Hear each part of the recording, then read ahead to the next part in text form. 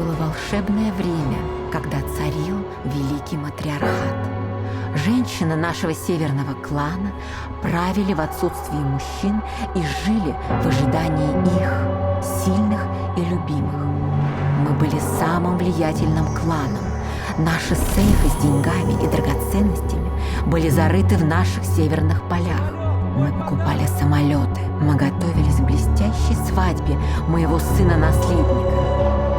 У нашего клана был лишний час, 13-й или 25-й, и все члены нашей семьи жили на час больше в сутках, чем все остальные люди. Мы были всесильны. У всех есть карандаши, записки, желания. Наши желания всегда исполнялись, и в один миг все изменилось.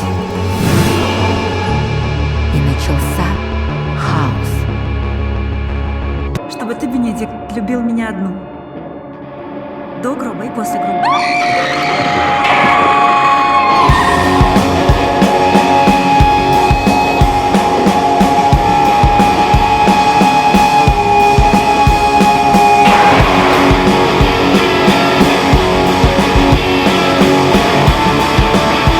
Захлопывай!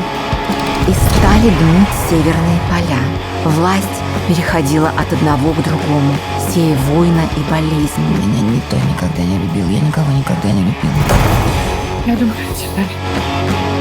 И чтобы все спасти, кто-то из нас должен был умереть.